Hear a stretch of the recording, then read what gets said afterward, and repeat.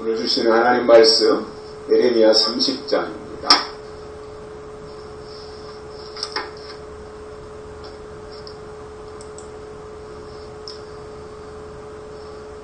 예레미야 30장 18절에 있는 말씀 봉독해 드립니다.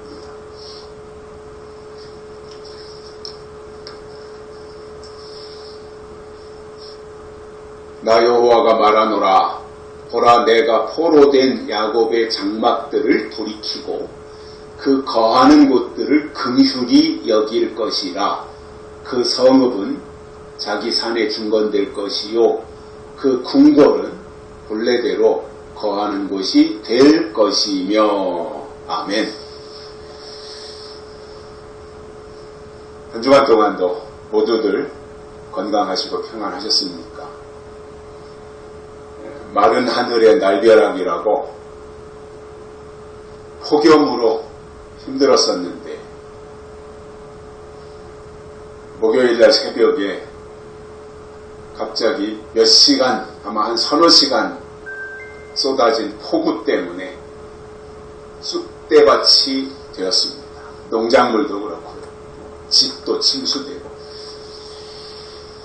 또 축사들도 닭이 다 폐사하고 이러한 엄청난 일들이 생겼습니다. 저는 그것을 보면서 노아의 홍수 때는 어땠을까 이런 생각을 해봤습니다. 제가 있는 당진, 서산 이쪽은 그야말로 아주 다 절단났다고 하는 것이 딱 맞는 표현일 것 같아요. 3시간, 4시간 그 정도 폭우가 쏟아졌는데 그랬으니 노아의 홍수 때는 40주야였잖아요. 40주야. 밤낮 가리지 않고 쏟아졌으니까 그때를 아마 조금이라도 짐작해 볼 수 있을 것 같았고 그런 생각을 해봤습니다. 근데 이러한 요즘 나타나는 이러한 게릴라성 집중호우가 기후변화 때문에 생기는 현상이라고 하니까 이제라도 우리가 다 긴장을 하고 환경 보존을 위해서 노력을 해야 될 때가 아닌가 그런 생각을 해봤습니다. 신앙생활을 하지 않는 분들은 눈에 보이는 예배당 건물을 교회라고 생각할 것입니다. 하지만 교회 안에서 정상적으로 교육을 받고 신앙생활을 하시는 분들은 건물은 사람들이 모이는 장소에 불과하고 진짜는 주님의 몸이 교회이고 하나님이 부르신 사람들의 모임이 교회다라고 하는 것을 알고 있습니다. 이것은 마치 아담의 옆구리에서 갈비뼈를 뽑아서 하와를 만들었듯이 예수님이 십자가에 달려 돌아가실 때 옆구리를 창에 찔려 물과 피를 다 쏟으시고 죽으시는데 그때 예수님의 옆구리에서 나온 것이 교회입니다. 이처럼 주님의 몸인 교회를 통해서 부르심을 받은 사람들이 함께 모여서 하나님의 뜻을 깨닫고 그것을 전파하기 위해 모인 사람들의 공동체, 여기가 교회라는 말입니다. 그래서 교회는 모였다가 자기들끼리 웃고 먹고 즐겁게 지내다가 흩어지는 것이 아니라 교회는 예배, 교제, 섬김, 복음 전파, 양육이라고 하는 이 5가지의 본질적인 역할을 통해서 하나님의 나라를 전파도 하고 또 이 땅에 그의 나라를 드러내는 공동체입니다. 그렇다면 교회는 본질에 충실해야 되는데 본질은 제쳐놓고 비본질적인 것만 말한다면 그 교회는 더 이상 존재할 가치가 없을 것입니다. 목사의 설교에서도 중요한 것은 본질입니다. 그 핵심이 뭐냐? 성경이 말하고자 하는 내용이 뭐냐? 성경을 통해서 나타내신 하나님의 뜻이 무엇이냐? 하나님이 무엇을 하려고 하시느냐? 하나님이 어떤 계획을 가지고 계시느냐? 이러한 것을 우선 설명을 해야 되고, 그리고 나서 추가해서 다른 것들을 말해야 하는데, 놀랍게도 본질은 다 비켜가고 비본질적인 것이 마치 본질인 것처럼 둔갑시키는 것은 직무유기에 해당될 것입니다. 2025년도를 살고 있는 우리들에게 있어서 신앙의 본질 또는 교회의 본질은 예수님의 십자가, 그리고 예수님의 부활, 그리고 예수님의 영광스러운 재림, 이 세 가지가 될 것입니다. 저는 이 세 가지를 지상에서 교회를 떠받치고 있는 큰 세계의 기둥이다, 이렇게 생각을 합니다. 십자가, 부활, 재림, 이 세 가지 중에서 하나의 기둥만 무너져도 그 위에 올라앉아 있는 교회는 붕괴될 수밖에 없을 겁니다. 그래서 이것을 안다면 교회는 성경으로 돌아가야 됩니다. 그래서 성경을 통해서 이루어진 일이 무엇이냐, 즉 하나님이 하신 일이 무엇이냐, 그동안 그것을 성경을 통해서 우리가 다 알아야 되고, 그리고 앞으로 하나님이 하실 일이 무엇이냐, 이루어질 일이 무엇이냐, 될 일이 무엇이냐, 이것을 생각하며 다시 오시는 예수님을 맞이할 준비를 하도록 하는 것이 교회가 해야 될 역할입니다. 제가 그 사도행전도 그렇고 초대교회 때 그 성경 내용을 읽으면서 느끼는 것은, 초대교회 때는 분명히 예수님의 십자가, 부활, 재림, 이 세 가지가 다 존재했습니다. 그런데 십자가도 중요하고 부활도 중요하고 재림도 필수적인 그러한 상황, 이 세 가지가 다 매우 중요한 기독교를 떠받치고 있는 기둥인데, 그 중에서도 십자가와 부활은 이미 이루어진 사건이잖아요. 그런데 재림은 앞으로 이루어질 사건이잖아요. 그렇다면 성경을 통해서 우리가 이루어진 사건에 충실해야 되는 거 맞아요. 당연히 그래야 돼요. 우리가 십자가 외면할 수 없잖아요. 부활 부인할 수 없잖아요. 그것이 다 하나님이 하신 일이고 역사가 증명하는 일이니까 그것을 우리가 다 받아들여야 되는 것은 당연한 이치인데, 그러나 거기에만 머물러 있으면 안 된다는 것이고, 그것을 토대로 삼아서 잠깐 후면 오실 이가 오시리니 라고 하는 재림신앙, 예수님이 다시 오신다, 처소를 예비하면 그분은 이 땅으로 다시 오신다. 초대교회 때 재림신앙이 살아있었어요. 그런데 지금 이 시대에 정작 예수님의 재림이 초대교회 때보다 훨씬 더 가까워진 지금 상황에서 놀랍게도 교회가 재림신앙을 강조하지 않고 있다고 하는 것은 의외인 것입니다.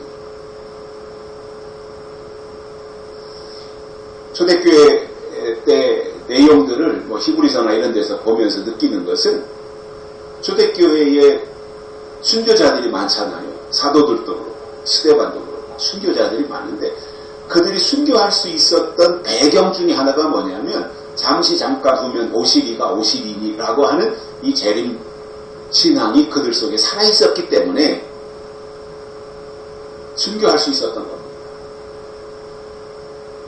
오늘은 만군의 여호와가 하신 말씀 5번째 시간으로 본문을 통해서 3가지를 깨닫고 은혜를 받겠습니다. 첫째, 포로된 야곱의 장막을 돌이키신다, 이렇게 말씀하셨습니다. 이건 하나님의 약속인 겁니다. 지금 유다는 바벨론의 포로로 가 있는 상황이에요. 그런데 그들을 향해서 하나님은 영원히 바벨론의 포로가 아니라 야곱의 장막을 돌이키시겠다 이렇게 말씀하셨어요. 이게 얼마나 놀라운 약속이며 그들에게 위로가 되는 말씀이었겠어요. 사람이 희망이 없다면 절망하게 되잖아요. 그런데 뭔가 희망의 끈이 있다면 지푸라기라도 잡고 그 희망이 현실이 되기 위해서 발버둥치지 않겠습니까? 또 기다릴 수도 있지 않겠습니까? 희망이 있다면. 그리고 희망이 있는데 견디지 못할 이유가 뭐가 있어요? 희망이 있는데 참지 못할 이유가 뭐가 있겠어요? 자, 그러면 이스라엘은 아브라함의 후손이에요. 그래서 이 아브라함에게서 히브리라는 말이 나왔어요. 여기서 히브리라고 하는 말은 아브라함이 강 건너왔다라고 하는 뜻에서 유래한 거예요. 그래서 히브리의 원 뜻이 뭐냐면 강 건너온 사람 이 말이에요. 아브라함은 갈대아 우르를 떠나서 하나님이 지시하시는 곳으로 갈 때에 강을 건너온 사람이에요. 그리고 한참 후에 하나님이 야곱에게서 야곱을 향해서 내 이름을 야곱이라 하지 말고 이스라엘이라 하라 이렇게 말씀하셨던 거죠. 그런데 야곱은 하나님이 주신 이스라엘이라는 이름을 자기 자신에게 한 번도 쓰지 않았고 나중에 야곱의 12아들들이 있지 않습니까? 그들이 이제 다 장성하고 그리고 이렇게 확장되면서 하나의 이제 민족을 이루었을 때 히브리 민족, 아브라함의 후손인 히브리 민족의 이름을 이스라엘이다 이렇게 부르게 됐던 겁니다. 그 후손 중에 유다 지파가 끝까지 성전을 완성하잖아요. 솔로몬이 죽고 그리고 이제 12지파가 남아있는데 그 솔로몬의 아들 르호보암이 좀 솔로몬 때 얼마나 고역에 시달렸으면 솔로몬이 죽고 나서 이제 한숨 좀 돌리고 좀 쉬면서 쉽게 합시다 이런 제안을 했는데 솔로몬의 아들 르호보암이 그것을 거절하지 않습니까? 나는 더 세게 하겠다. 나는 더 고달프게 해서 이 성전을 빨리 완성하겠다. 이런 식의 대답에 다 질려버린 거예요. 지금까지도 힘들었는데 여기서 더 한다면 이거는 살기가 힘들다. 그래서 그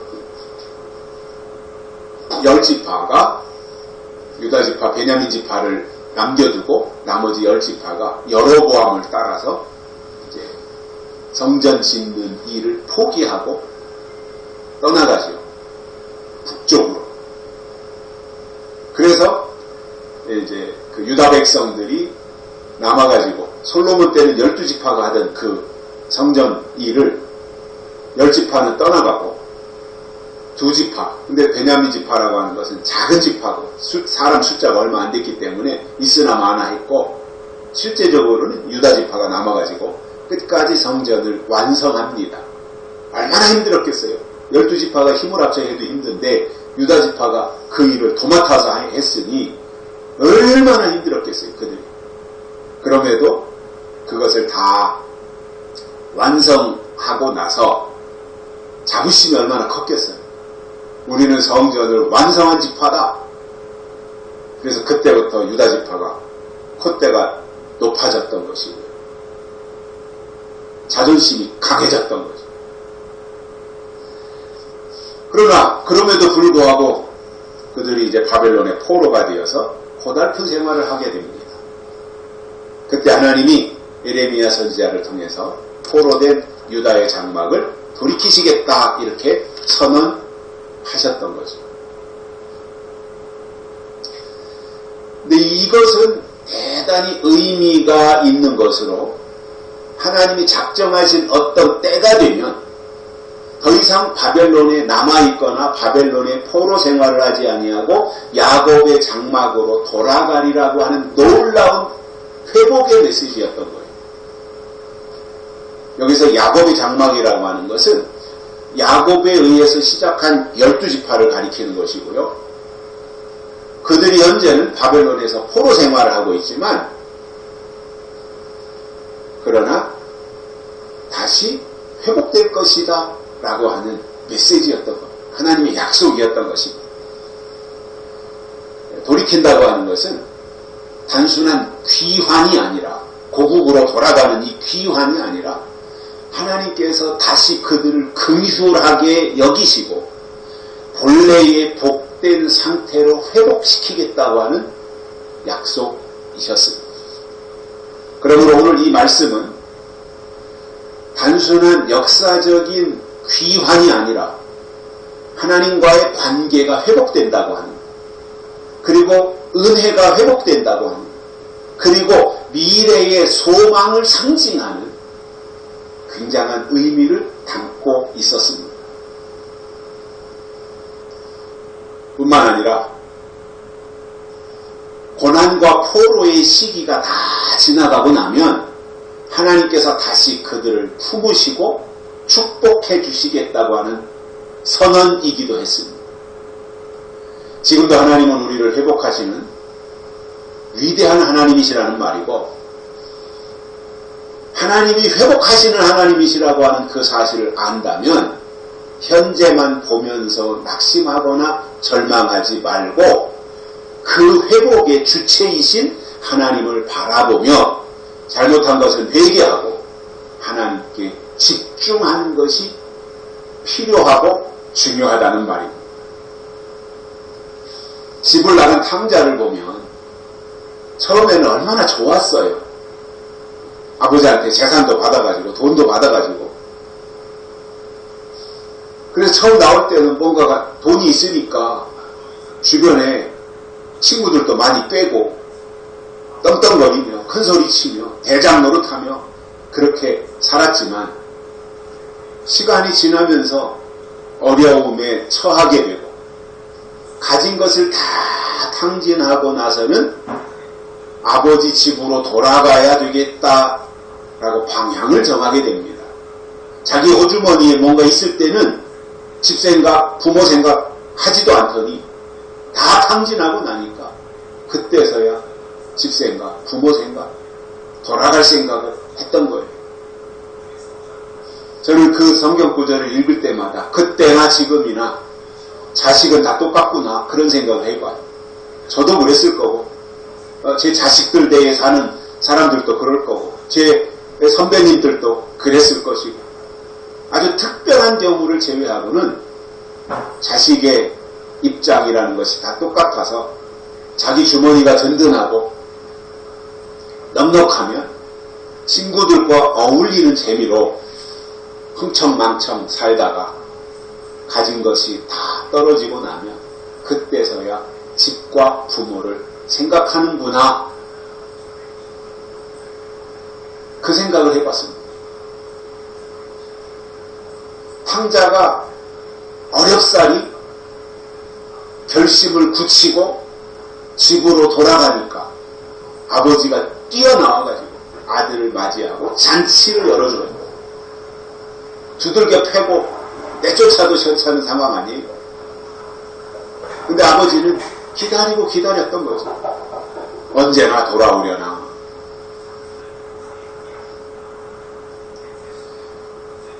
지금도 저는 그렇다고 봅니다.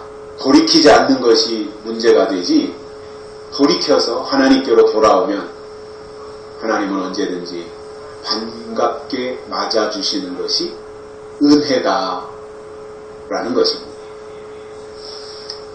성경은 이리저리 길게 설명하고 있지만 사실상 요약하면 두 가지예요. 내 말을 듣고 내게로 돌아오라. 이것이 성경을 농축하고 농축해서 엑기스로 뽑아낸 두 단어가 바로 이건 내 말을 들어라 그리고 내게로 돌아오라 이거예요. 그것을 위해서 광야 생활도 하나님이 주셨던 것이고 바벨론 포로 생활도 사실상 목적은 그거예요. 내 말을 듣고 내게로 돌아오라. 몸은 내 곁에 있는 것 같은데 마음은 다 콩밭에 가 있지 않느냐. 마음을 줘라 나한테. 그러한 요구자십니다. 두 번째로는 그 거하는 것들을 긍휼히 여기신다 이렇게 말씀하셨습니다. 긍휼히 여긴다고 하는 것은 사전을 찾아보니까 불쌍하고 가엾게 여겨서 도와준다는 뜻입니다. 여기 사전적 의미, 정확한 사전적 의미입니다. 불쌍하고 가엾게 여겨서 도와준다. 그래서 하나님이 우리를 긍휼히 여기신다고 하는 것은 우리가 잘나서 우리가 잘해서가 아니라 하나님이 불쌍히 여기신다라는 거예요. 우리 구원도 그거잖아요. 긍휼로 우리가 구원받는 거지 우리가 잘나서 잘해서 구원받는 게 아니지 않습니까? 그래서 우리의 입장에서 볼 때 하나님이 우리를 긍휼히 여기시는 것이 굉장한 은혜예요. 만약에 우리가 살면서 사실상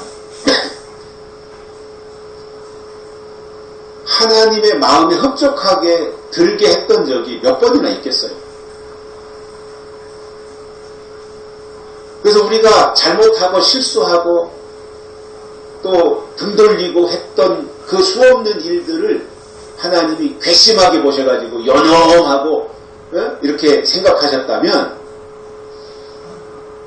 아마도 바벨론의 포로로 잡혀가서 끝까지 그 모습으로 살 것이고 하나님의 긍휼을 기대할 수도 없는 거지요. 하나님이 먼저 다가오시고 하나님이 먼저 손 내미시고 하나님이 먼저 긍휼의 마음을 열어서 우리를 긍휼히 여기시고 불쌍히 여기시니까 그 은혜로 우리가 하나님께 나아갈 수 있는 것이지 사실상 어떠한 일반론적인 입장에서 본다면 다 괘씸하기 짝이 없겠죠.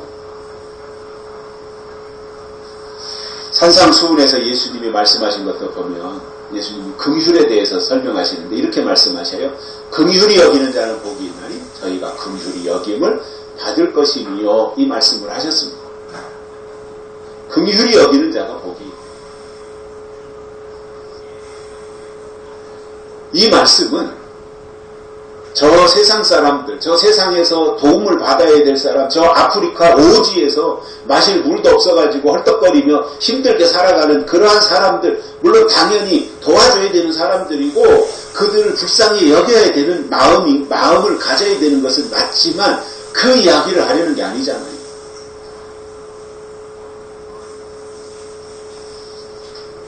저희 어렸을 때도 보면 그때만 해도 동냥하러 다니는 거지들이 많았어요.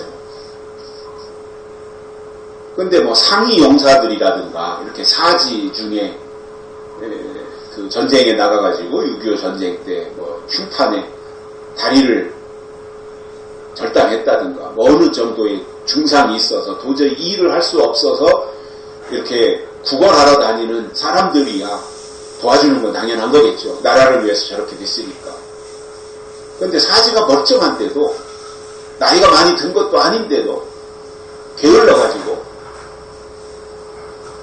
거렁뱅이로 사는 사람들도 제가 그때 당시에 10대 때 본 기억으로 보면 그런 사람들도 참 많이 있었거든요. 한 푼 줍시오 하고. 그런데 저희 집에도 그런 사람들이 많이 왔는데 아버지는 한 번도 그 사람들을 빈손으로 보내지 않더라고. 다만 그때 당시에 얼마라도 줘서 보내고 음식 먹을 거 과일이도 있으면 같이 주어서 보내고 이러신 것을 제가 봤어요. 근데 정말 불쌍해서 도와줘야 될 사람들을 도와주는 것은 당연한 건데 멀쩡한 사람들 나가서 일이라도 하고 어디 가서 땅이라도 파고 먹고 살 생각을 해야 되는데 그런 생각을 하지 아니하고 그냥 한 끼 어디 가서 얻어먹고 말이죠. 그 돈이라도 한 푼 주면 그걸 모아가지고 어떻게든지 저축해서 살아갈 생각을 하지 않고 돈이 생기면 가서 저녁에는 술이나 퍼먹고 그리고 다음날 또 구걸하러 다니고 뭐 이러한 사람들이잖아요. 그럼에도 마다하지 않고 저희 집에서는 다른 집들도 그런 집들 많이 계셨겠지만 저희 집에서는 한 번도 빈손으로 보낸 적은 없어요. 그렇게 도와주시는 모습을 어렸을 때부터 봤는데 불쌍하니까 그런 거죠. 근데 여기서 이 불쌍히 여기라고 하는 것이 그러한 사람들 구제해주는 정도를 말씀하는 것이 아니라 하나님 편에서 하나님의 일을 하는 사람들이 여러 가지 여건이 다 좋게 마련되어서 하지 못하는 사람들이 대부분이잖아요. 규모도 작고 뭐 정말 넉넉하지도 않고 누가 도와주지 않으면 자식들을 학교에도 보내기 어려운 그러한 처지에 놓여있는 하나님의 일을 하는 진짜 뭐 육적인 하나님의 일 말고 영적으로 하나님의 일을 하는 사람들을 보거든 그들을 불쌍히 여기고 그가 하는 일이 곧 하나님의 일이라고 생각하고 도와주면 하나님이 그를 긍휼히 여기신다고 하는 약속입니다. 하나님께 긍휼을 입은 자들은 그 다음에 해야 될 일이 있습니다. 아, 하나님이 나를 긍휼히 여기셨구나. 내가 정말 불쌍해서 하나님이 나를 불쌍히 여겨주셨구나. 내가 누구를 도와줘서 불쌍히 여기셨든 내가 정말 어려운 처지에서 주의를 하느라고 불쌍히 여기셨든 아무튼 하나님이 나를 긍휼히 여기셨고 불쌍히 여기셨구나. 그래서 하나님의 긍휼을 입은 자들은 그 다음으로 꼭 해야 될 일이 있습니다. 그게 뭐냐면 믿음의 도리를 굳게 잡고 있으라 이 말씀이에요. 그러니까 하나님이 우리를 긍휼히 여기시는 것과 긍휼히 여김을 받은 입장에서 믿음의 도리를 굳게 잡고 있는 것은 한 맥락이라는 말입니다. 히브리서 4장에 이 말씀이 있습니다. 믿는 도리를 굳게 잡을지어다. 그러므로 우리가 긍휼하심을 받고 때를 따라 돕는 은혜를 얻기 위하여 은혜의 보좌 앞에 담대히 나아갈 것이니라. 즉 믿음의 도리를 굳게 잡고 있어야 하나님의 긍휼하심을 또 입고 은혜의 보좌 앞에 나갈 수 있게 된다 그 말이에요. 여기서 믿음의 도리를 굳게 잡는 것은 확실한 믿음으로 하나님이 주신 약속의 말씀을 믿고 산다고 하는 것이고 끝까지 믿음을 잃지 않고 인내한다는 말입니다. 세상과 타협하라는 말이 아닙니다. 빚을 일을 받아들이라는 말도 아닙니다. 여건은 그럴지라도 상황은 그럴지라도 끝까지 하나님의 약속을 붙잡고 있으라는 말입니다. 왜냐하면 마지막 때가 가까울수록 믿음을 빼앗아 가려고 하는 미혹과 공격이 점점 더 치열해지는데 그때 그러한 일이 나타날 때 눈에 띄는 그 시작은 교회가 기복신앙으로 기울어버리는 거예요. 이것이 믿음을 뺏어가려고 하는 공격이 시작됐다고 하는 징조가 되는 거예요. 엄밀히 말해서 믿음은 하늘의 법이에요.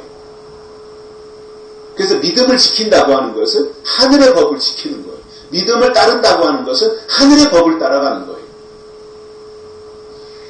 그런데 요즘 교회들에서 외치는 이 기복신앙이라고 하는 것은 땅의 법입니다. 하늘의 법과 땅의 법은 교회 안에 공존할 수 없습니다. 그럼에도 마지막에 가까울수록 교회는 하늘의 법을 강조하기보다는 땅의 법을 가지고 사람들을 올가매고 있어요. 영적인 것이 상존해야 되고 하늘의 법이 강도 높게 선포될 때 교회의 본질과 사명을 다하는 거거든요.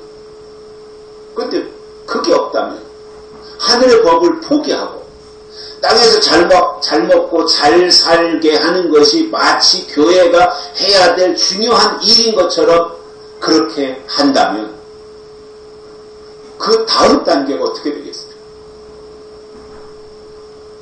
당연히 음녀가 나와서 영혼을 미혹할 때 미혹당하게 되고 자기도 모르는 사이에 영이신 하나님의 말씀보다는 내 눈에 보이는 설교자의 말에 솔깃해지고 그쪽으로 치우치게 되어 있어요.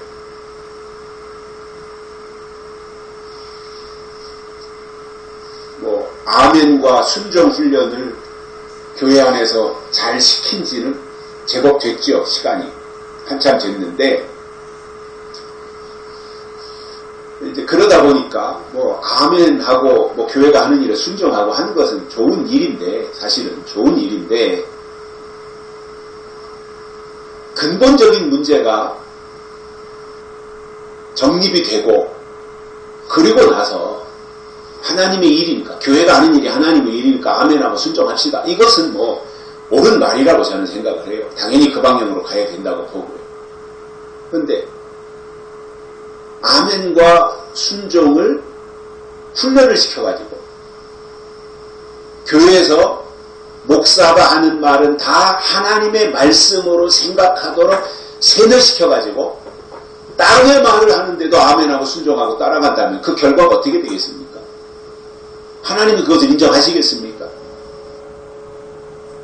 중요한 것은 설교자가 앞에서 설교할 때 그가 하는 말이 성경을 근거로 해서 이 시대에 주시는 하나님의 약속의 말씀일 경우에 아멘이고 거기에 순종하는 것이지, 땅의 얘기는 하고 세상 돌아가는 말만 하는데 거기에 아멘 할 것이 뭐가 있습니까? 우리끼리 이야기지만 사실상 거기 아멘 할 게 뭐가 있어요?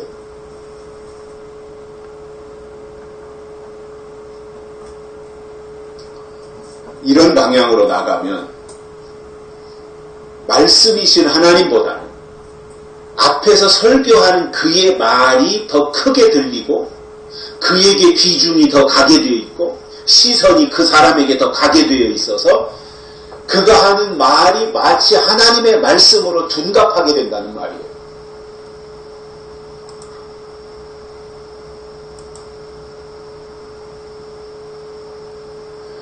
우리가 믿음으로 구원받는 것은 성경의 진리인데, 정말 믿음으로 구원받는다는 말이 맞다면 아멘이나 순종에 대한 훈련보다 먼저 믿음이 뭐냐에 대해서 제대로 알려준 후에 다른 말을 해야 된다고 저는 생각을 해요. 그런데 대개가 교회 다니면 믿음이고 교회가 하는 일에 순종하면 믿음이라고 강조를 해왔는데 정작 중요한 믿음이 뭔지에 대해서는 비중을 두지 않았습니다. 믿음 한다고 믿음이 아니잖아요. 믿습니다 한다고 그게 믿음이 되는 게 아니잖아요. 믿으십시오, 아멘 하십시오. 그래서 아멘 했어요. 그런다고 믿음이 생기는 게 아니잖아요. 다시 말씀을 드리지만 믿음은 하나님이 우리에게 주신 약속을 믿는 거예요. 그렇기 때문에 약속이 있어야 믿음도 있는 거지, 약속이 없는데 뭘 믿어요? 약속이 없는데 무슨 믿음이 있어요? 이게 바로 변질된 교회이고, 이런 교회와 신앙은 거짓 선지자가 나오면 거기에 다 장악당하게 되어 있습니다. 그 다음 단계가 어디로 가겠습니까? 당연히 거짓 선지자가 나와서 성경과 다른 말을 해도 분별을 못하니까 어린아이 수준밖에 안 돼가지고 따라가는 거예요. 옛날에 저 어렸을 때 문둥이가 사탕 하나 주고 꼬드겨가지고 가면 쫓아가서 간을 다 파내어서, 문둥이가 어린애 간을 먹으면 문둥병을 고침받으니까 그 문둥이가 사탕 줄 때 쫓아가면 안 된다. 그런 얘기를 저희도 어렸을 때 들었거든요. 그렇게 사탕 하나에 미혹당해가지고 끌려가서 영혼을 잃어버린다면 그 결과는 얼마나 처참한 거예요. 그래서 믿음은 장성한 자가 되어야 되는 거예요. 어린아이는 사탕 하나에 넘어가요. 그러나 어른은 사탕이 아니라 한 끼 밥 한 그릇을 맛있는 걸 사줘도 그가 부당한 요구를 한다든가 틀린 말을 하면 동의 안 해요.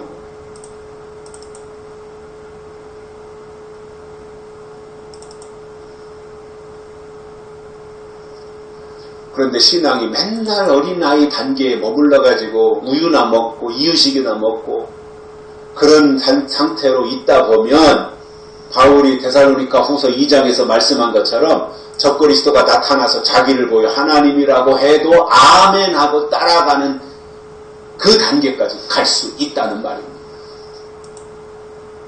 그러한 사람들에게 하나님이 긍휼을 베푸실 것 같습니까? 오히려 하나님의 법을 어기고 잘못 믿은 것에 대해서 심판하실 거예요. 여기서 잘 생각하셔야 될 것은 교회가 존재하는 이유가 뭐냐라는 거죠. 왜 그리스도의 몸, 그 교회가 예수님의 옆구리에서 나온 그 교회가 왜 이 땅에 존재해야 되느냐. 그 이유가 뭐냐. 여러 가지 앞에서도 5가지 이유가 있다고 설명을 드렸는데 정말 그 핵심으로 중요한 것은 뭐예요? 때를 따라 주시는 하나님의 말씀을 증거하기 위해서예요. 그런데 하나님의 법이 뭔지도 모르고 하나님의 때가 지금 어떻게 진행이 되는지도 모르며 성경에 대한 깊이까지도 없다면 하나님이 보실 때 거기는 더 이상 교회가 아닌 거예요.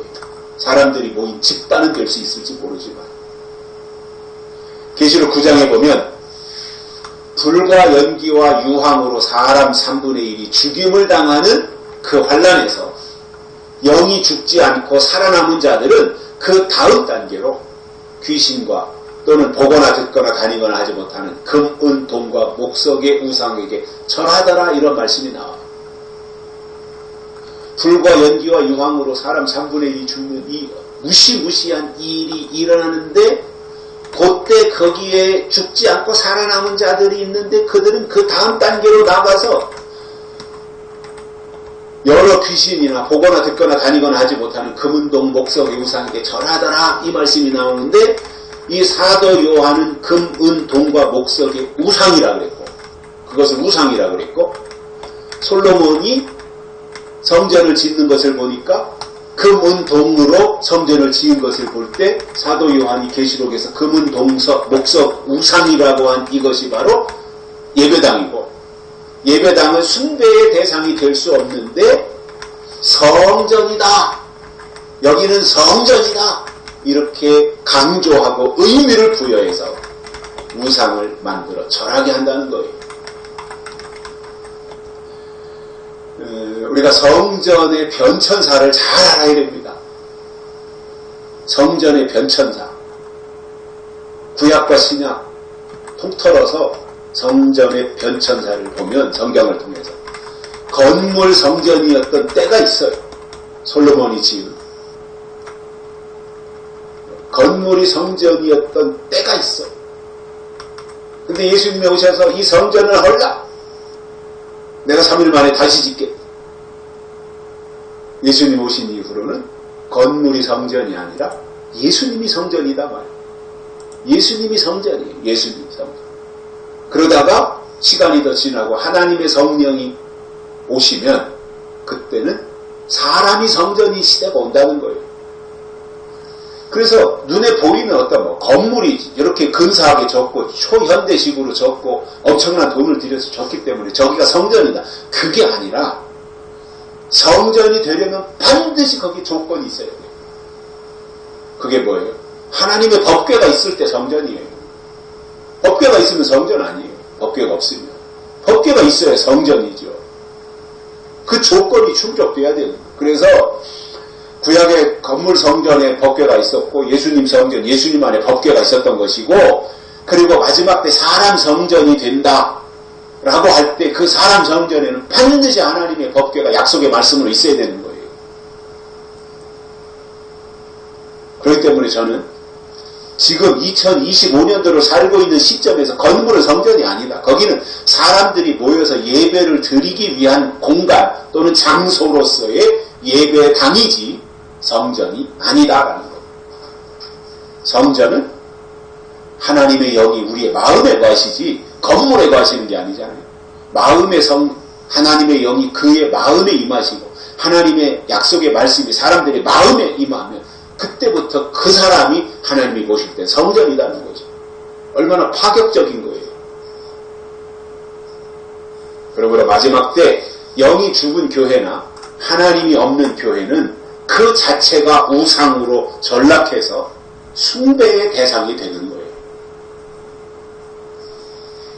교회는 세상에서 구별된 사람들이 모여서 하나님의 뜻과 법을 배우고 따르는 장소인데 교회가 세상을 따라가고 영적인 것이 없이 육적인 것, 땅의 것만 있다면 거기에 하나님의 구별은 없는 겁니다.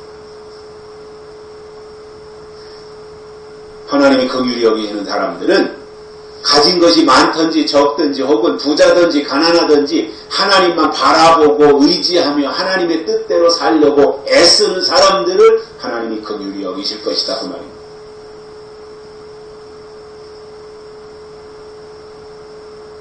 그래서 성전을 짓고 유다 백성들이 예루살렘 성전을 짓고 유다 땅에 머무를 때 하나님의 긍휼이 그들에게 없었지만 바벨론 포로에 잡혀가서 그들이 정말 전전긍긍하고 뭔가 과거를 생각하고 하나님과의 관계를 생각하고 그러는 가운데서 그들에게 다시 하나님의 긍휼이 임했다고 하는 사실.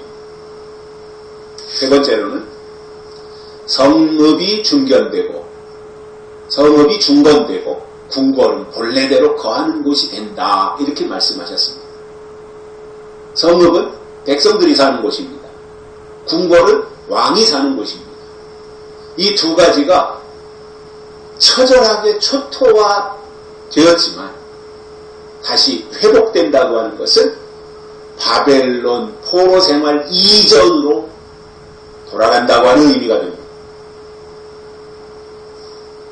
여러분 우리가 살아가면서 때로는 우리의 삶이 무너질 수 있어요. 예기치 않은 모든 것이 다 엉망진창으로 될 수도 있어요. 그때 그 상황 속에서도 하나님은 다시 세우실 수 있는 분이시다라는 거예요. 그래서 폐허가 된 성읍이 다시 건축되고 궁궐이 본래대로 거하는 곳이 되며 회복된다고 하는 것은 하나님과의 관계, 믿음, 공동체를 모두 회복하시고 재건과 번영을 약속하고 있는 것입니다. 제가 그 에레미야서도 보면 엄청난 파괴도 나오잖아요. 엄청난 파괴, 하나님의 분노 이런 것들을 통해서. 그런데 또 30장에서는 하나님이 이렇게 회복하시겠다 이러한 위로의 메시지도 나오잖아요. 회복. 저는 성경을 보면서 하나님은 회복하시는 하나님이시구나. 그래서 그동안도 얼마나 많은 사람들이 요한계시록을 가지고 사람들에게 공포감을 줬습니까? 무섭게 만들었습니까? 위기의식을 줬습니까?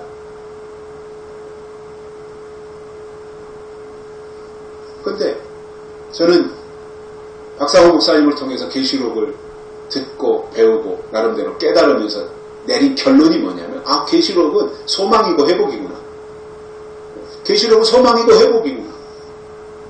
그래서 메시지의 계시록을 다른 사람들이 할 때는 두려움이 생기고 무서움이 생기고 공포감이 생기고 그러지만 우리가 계시록을 증거할 때는요 희망이 소망이고 회복이에요. 그게 저는 옳은 것이라고 보거든요.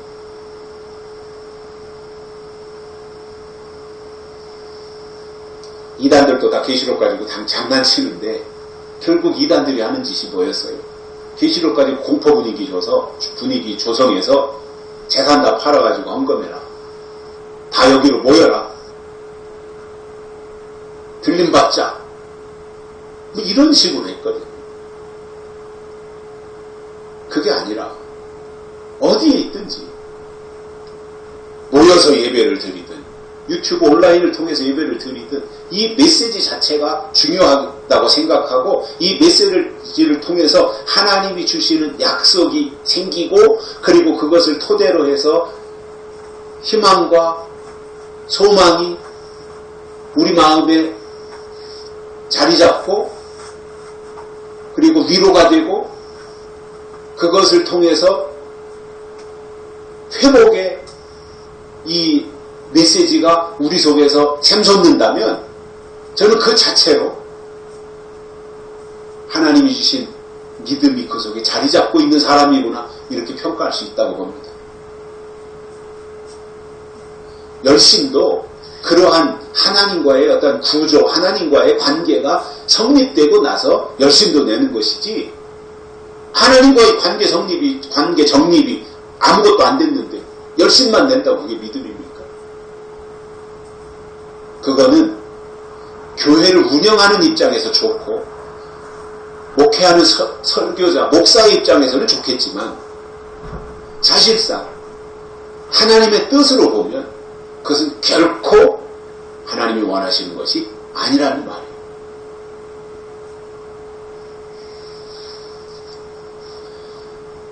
그래서 현재만 보면서 좌절하거나 낙심할 이유는 아무것도 없고요. 지금 안 된다고 해서 내일도 안 되고 앞으로도 계속해서 안 된다고 말할 필요도 없는 거예요. 그냥 그때그때 주어진 삶 속에서 하나님을 의지하고 내가 하고 있는 역할에 충실하면 되는 거 아니겠어요? 내일 일은 난 몰라요. 하루하루 살아요. 그 복음성가처럼 불행이나 요행함도 내 뜻대로 못해요.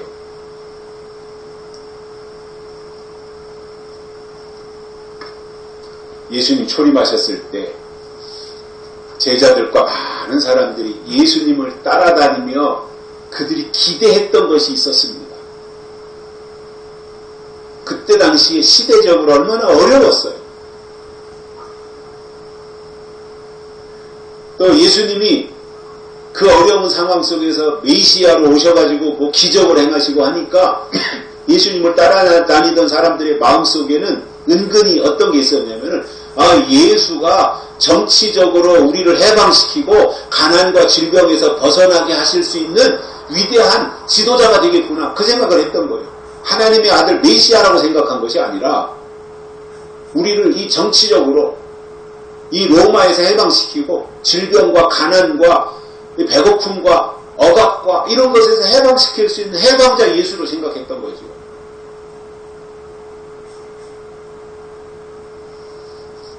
어제도 TV를 보다 보니까 17세기에 사람의 평균 수명이 40세였더라. 17세기에.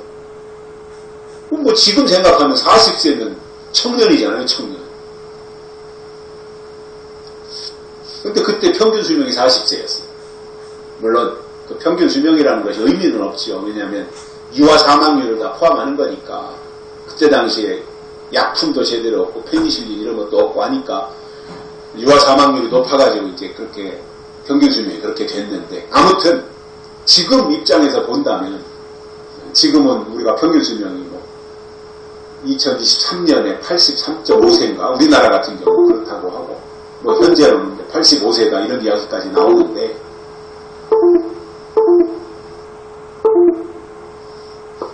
그 예수님 초림하셨을 때 당시의 상황으로 거슬러 올라가면 그때는 더 어려웠지 않겠어요? 그러니까 기대를 했겠죠 그렇게.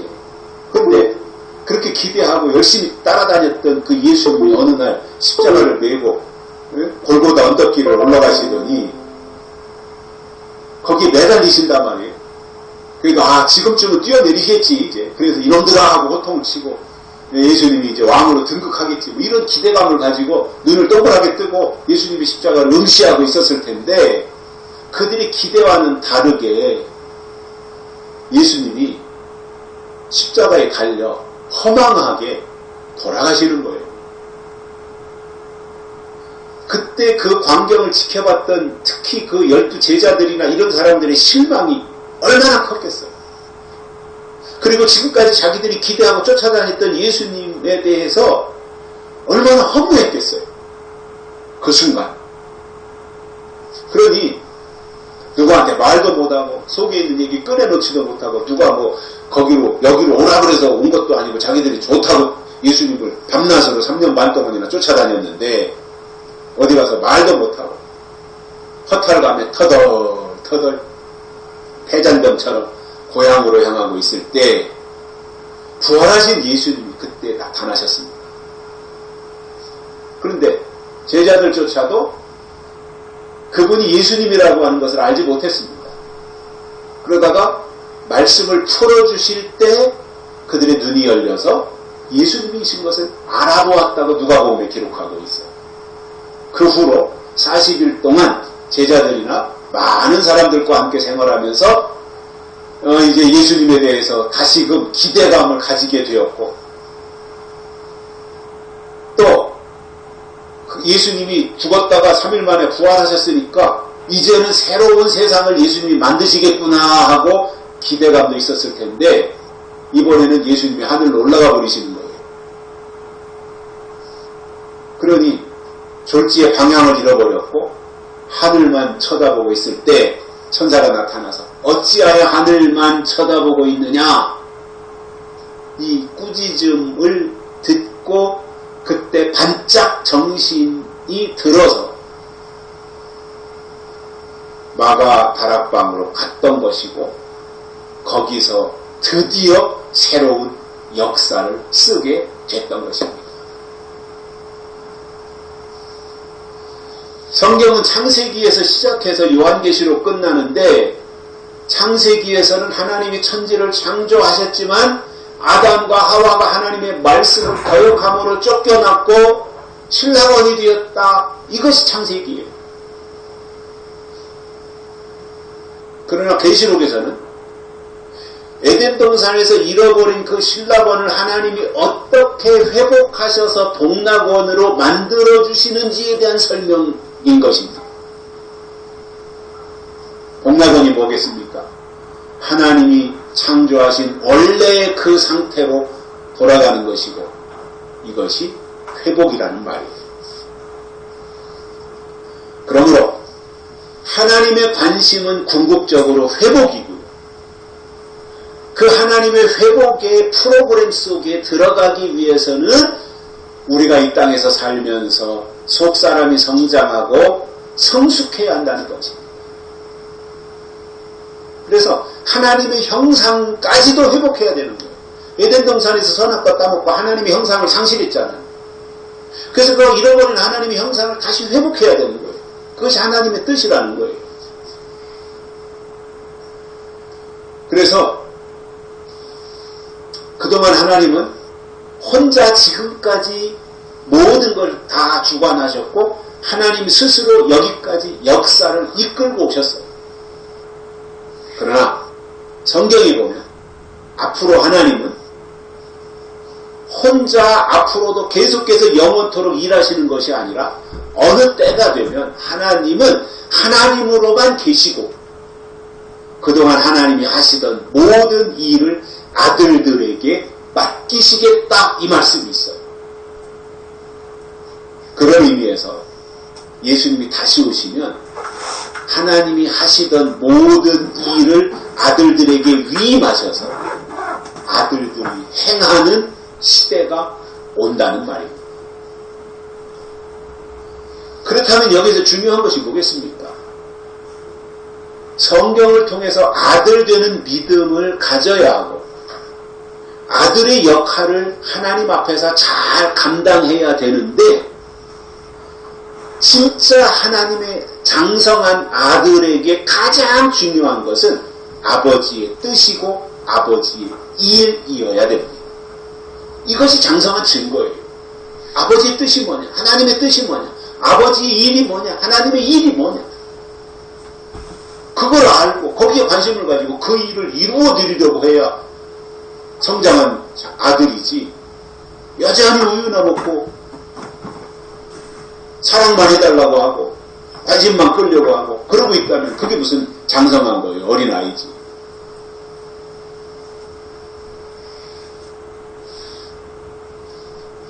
그래서 아버지의 일을 물려받아서 아버지가 하실 때보다 더 잘하고 수익도 더 훨씬 많이 내면 아버지는 그것을 보시고 흐뭇해하며 기뻐하시는 그것으로 만족하시는 그 상태. 그래서 하나님 아버지가 하시던 일들을 아들들에게 맡기셔서 아들이 더 잘해가지고 아버지를 기쁘시게 해드리고 하나님을 즐겁게 해드리고 그 역할. 그것이 하나님이 원하시는 저는 이 마지막 하나님의 계획이라고 저는 생각합니다. 여기를 생각하면 저는 신나요. 신나. 사실상. 뭐 제 여건을 보면 신날 일은 없어요. 그러나 성경을 보고 하나님의 말씀을 보면 기대감이 생기잖아요. 사람이 기대감이 있다고 하는 것은 희망이 있다는 것이 희망을 가진다고 하는 것은 그 희망에서 나오는 어떠한 즐거움이 있잖아요. 기대감이 생기잖아요. 아, 하나님이 앞으로 이렇게 하시겠구나. 언제인지는 모르지만.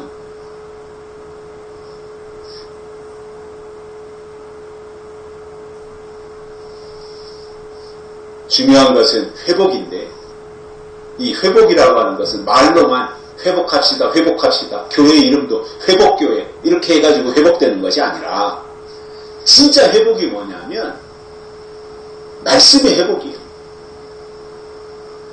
하나님의 뜻을 알고 그 뜻을 마음에 간직하며 그것을 이루어드리겠다고 하는 일념을 가지고 사는 것이 아들이고 이것이 진정한 의미의 회복이라는 말입니다. 지금 입장에서 하나님을 믿는 신앙은 주여 주여의 문제가 아닙니다. 그것은 이미 한참 지나간 일이고요. 지금 입장에서 하나님을 믿는 신앙은 하나님의 선하시고 하나님의 기뻐하시고 하나님의 온전하신 뜻이 무엇인지 성경을 통해서 분별하는 사람이 되는 거예요. 결론으로 하나님은 하나님의 사람들을 연단하시고 단련하시기도 하며 때로는 광야로 내몰기도 하시지만 그렇게 하시는 하나님의 목적이 뭐냐는 것을 알아야죠. 그 목적이 뭐예요? 망하게 하기 위해서 그러는 것이 아니라 그 속에서 성장하고 성숙하라는 것입니다. 그러니까 광야는 축복인 거죠. 광야를 통과한 사람들에게 광야는 엄청난 축복인 거예요. 왜냐? 그것을 관통하면서 성장했고 성숙했으며 그리스도의 장성한 분량에까지 이르게 되기 때문입니다. 그런 과정을 통해서 우리가 성장하면 하나님은 돌이켜주시겠고 그리고 긍휼히 여겨주시겠고 선업과 궁궐들을 본래대로 거하는 것이 되게 하시겠다고 약속하신 겁니다. 그렇다면 우리는 이 말씀을 마음에 새기고 어떠한 일이 있더라도 우리가 낙심하거나 좌절하거나 절망할 것이 아니라 또는 좌로나 우로나 치우칠 것이 아니라 하나님이 주신 믿음을 가지고 그 믿음을 희망으로 삼고 소망으로 삼고 그리고 회복의 핵심으로 삼아서